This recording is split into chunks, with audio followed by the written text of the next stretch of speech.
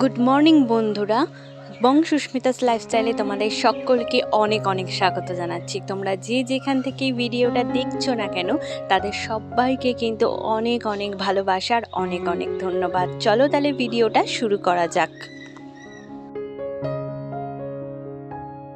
মাঝে মাঝে মনে হয় সংসারের সমস্ত বিষয় নিয়ে নিজের কান, মাথা, চোখ, নাক সমস্ত কিছু বন্ধ করে নিই। কেন এই কথা মনে হয়? চলো তোমাদের সাথে আমার কিছু অভিজ্ঞতা আজকে শেয়ার করি। আজকে সকাল 7টার সময় ঘুম থেকে উঠেছি। ঘুম থেকে উঠে গোপালকে দিয়ে তারপরে চা করে, দেখতেই পারলে চা খেলাম। তারপরে মা এখানে পাট শাক বাছছে, আর পাট শাক বাছতে অনেকটা সময় লাগে। আর আমি চলে এলাম ঠাকুরের বাসনগুলো ধোবার জন্য। আর বাসনগুলো ধুয়ে ঘরেই রেখে দেবো। আর তেঁতুল নেই, তাই এমনি সাবান দিয়েই বাসন ধুয়ে নিচ্ছি। তেঁতুল আবার আনতে হবে, তারপরে ভালো করে আবার বাসন টাসন ডলে ডলে মাজতে হবে। বাসনগুলোর অবস্থা হয়ে গেছে বড্ডই জটিল।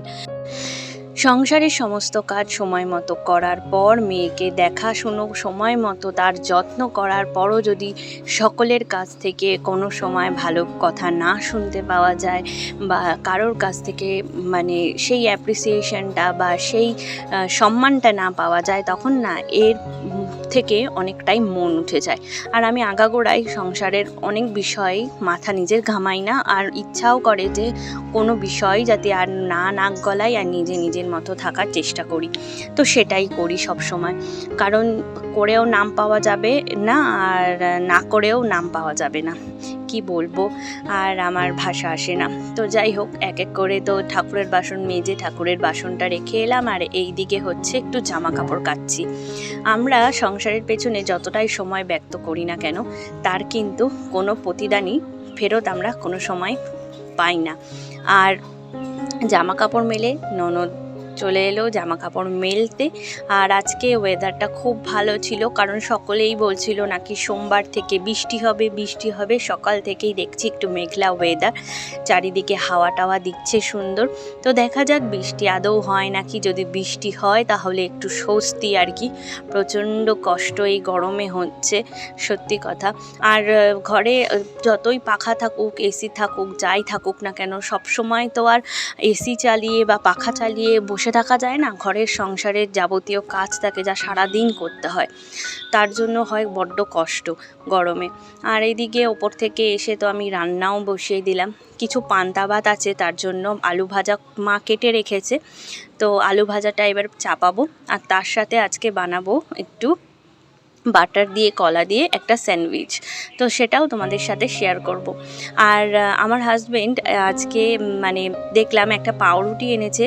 এই পাউরুটি, এত বড় পাউরুটি আমি সত্যি কথাই ফার্স্ট টাইম দেখলাম। হয়তো আমি দেখিনি, তোমাদের সাথেও শেয়ার করব। দাঁড়াও, আগে আলু ভাজাটা চাপিয়ে দিই আর একটু নাড়াচাড়া দিয়ে নিয়ে পাশে এবারে স্যান্ডউইচটা রেডি করব।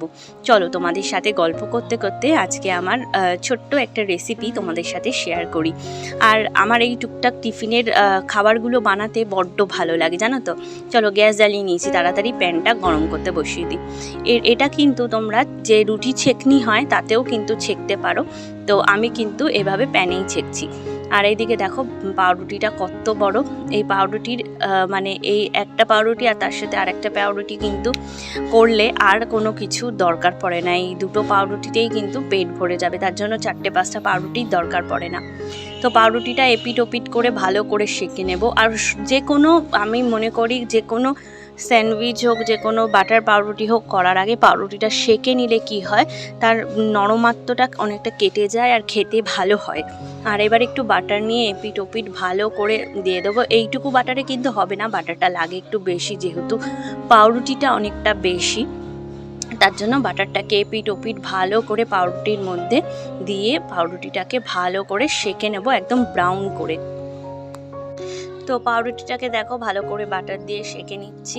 আর এইভাবে যখন আমি ওকে বানিয়ে দিই, কোনো ছানার হোক বা দই হোক বা ওটস হোক, কোনো রকম টিফিন বানিয়ে দিই, ও বেশ খেতে খুব ভালোবাসে আর খুব আনন্দের সাথে টিফিনগুলো খায়। তাই আমারও খুব বানাতে ভালো লাগে। যখন তুমি কারোর জন্য রান্না করবে, সে যখন খুব তৃপ্তি করে খাবে বা তোমার সেই খাবারের অ্যাপ্রিসিয়েট করবে খাবারটার, তখন কিন্তু তোমার আরও আগ্রহ জাগবে সে খাবারটা করার জন্য।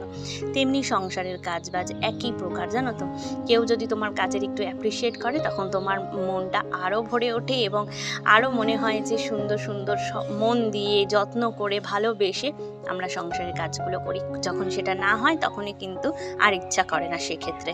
আর এদিকে দেখো আমি বেশ কিছু চিনি দিয়ে নিলাম। এবারে একটা মর্তমান কলা, কিন্তু এটা মর্তমান বলে, অনেকে মালভোগ কলা বলে। সেই কলাটাকে কিন্তু আমি এভাবে স্লাইস করে কেটে নিয়ে পাউরুটির ওপর ভালো করে চাপিয়ে দেবো। এরপরে কিন্তু তোমরা এটাকে আরেকটু বেক করে নিতে পারো। যদি না তোমরা প্যানে এইভাবেই আবার বসিয়ে দাও তাহলে কিন্তু চিনিটা মেল্ট হয়ে যাবে আর কলাটাও একটু মেল্ট হবে, তার সাথে খেতে দুর্দান্ত লাগে। কিন্তু আমার আর সময় ছিল না, মাম্মা উঠে গেছিলো, তাই আমি আর কিন্তু এটাকে আর প্যানে দিইনি। তো এইভাবে একটু চেপে নিলাম, চেপে এবার মাঝখান দিয়ে ভালো করে কেটে দেবো যাতে খেতে সুবিধা হয়। এত বড় পাউরুটি নালে তো কামড়ে খেতে অসুবিধা হবে না মাঝখান দিয়ে কাটলে। তো দেখো দেখতে কিন্তু খুব ইয়াম্মি লাগছে, তোমরা একবার ট্রাই করো, কমেন্ট করে জানিও। তো ওর বাবাকে টিফিন দিয়ে দিয়েছি, ওর বাবা খাচ্ছে। আর এই যে মাম্মা উঠে পড়েছে, তোমাদের বললাম আমি তাড়াহুড়ো করছিলাম তার জন্য। আর এইদিকে দেখো ওকে একটু এবার খাওয়াচ্ছি দুধ দিয়ে আপেল সিদ্ধ, আর কি আপেল সিদ্ধ খাওয়াচ্ছি। আর এইদিকে ইনি এই দুজন কিন্তু নতুন অতিথি, এনাদেরকে আমি নতুন এনেছি। সবই কিন্তু আমার এখানে যা গাছ আছে আমার বাড়ির আশেপাশের গাছ। আমি কিন্তু একটা গাছও পয়সা দিয়ে কিনে আনিনি, খালি টবগুলোই কিনে এনেছি। তো গাছগুলোতে এবার একটু জল দিয়ে নিলাম, কারণ এই প্রচণ্ড তাপে তো তারাও বিধ্বস্ত হয়ে পড়েছে, তাদেরও কোনো উপায় নেই বাঁচার যদি না আমি তাদের জল দিই।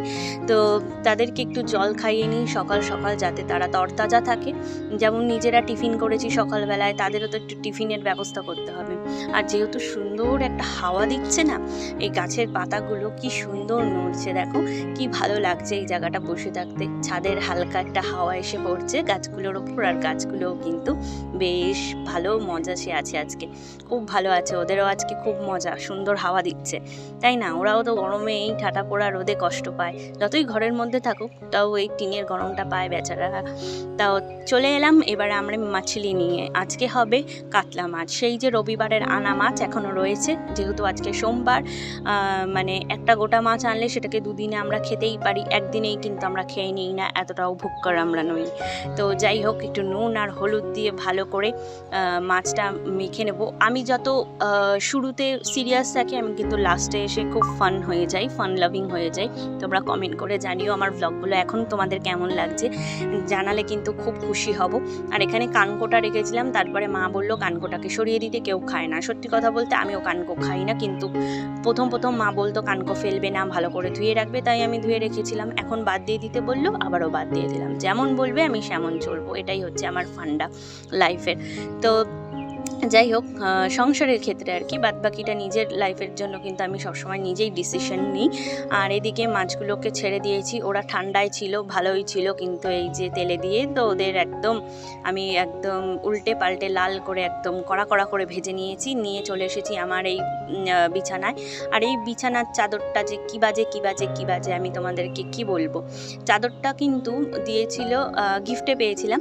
তো এমনি চাদরটা ভীষণ সুন্দর দেখতে আর কোয়ালিটিও খুব ভালো, কিন্তু না কেমন যেন একটু ব্যাকা টাইপের, আমার খাটে ঠিক মতো হয় না। এদিক টানতে গিয়ে ওদিক চলে যায়, এইদিক টানতে গেলে ওই দিক চলে যায়। মানে আরেকটু বড় হলে হয়তো আমার খাটটাই হতো।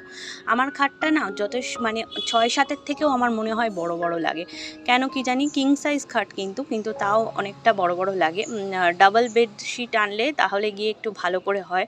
যাই হোক, তো এখানে মামামকে স্নান টান করিয়ে নিয়েছি, আর আমিও এবারে যাব স্নানে, ওকে একটুখানি রেডি করিয়ে দিই।